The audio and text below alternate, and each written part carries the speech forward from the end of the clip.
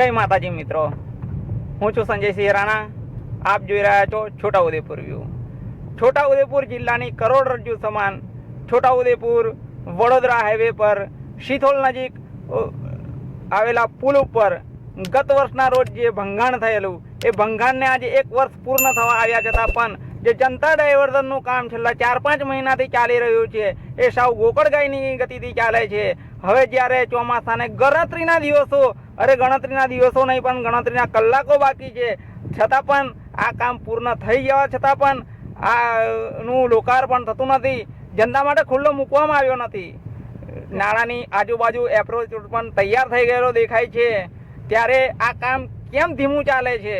આની સામે અનેક સવાલ ઊભા છે. સરકારી તંત્રને શું આ દેખાતું નથી? જ્યારે ચોમાસું આવશે ત્યારે શું આ ગરનાળું ફરીવાર વાપરવા લાયક રહેશે ખરું? શું આ રોડ ચોમાસામાં પણ ચાલશે ખરો? ત્યારે આવા અનેક પ્રશ્નોની વચ્ચે મુખ્ય મુદ્દાનો પ્રશ્ન એ છે કે જ્યારે કામ તૈયાર થઈ ગયું છે, જનતા ડાયવર્ઝન જે છે એ સરકારી તંત્રની કચેરીએ બનાવી દીધું છે, તો એને ખુલ્લું કેમ મૂકવામાં નથી આવતું? ત્યારે જનતા આજે હાલાકી ભોગવી રહી છે.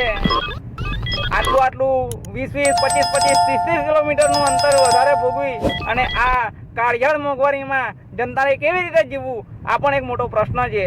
ત્યારે સરકારી તંત્રને બસ એટલું જ કહેવાનું કે આ ડાયવર્ઝનનું ક્યારે ઓપનિંગ થશે, ક્યારે જનતા માટે ખુલ્લો મુકાશે અને ક્યારે જનતા એનો લાભ લઈ શકશે? કે પછી એવું છે કે ચોમાસું આવે, પાણી એના ઉપરથી ચાલે અને ફરી પાછું જનતાએ આજુબાજુ 20-20, 30-30 કિલોમીટરનો રાઉન્ડ મારવો પડે? જો આવું તો નહીં થાય ને.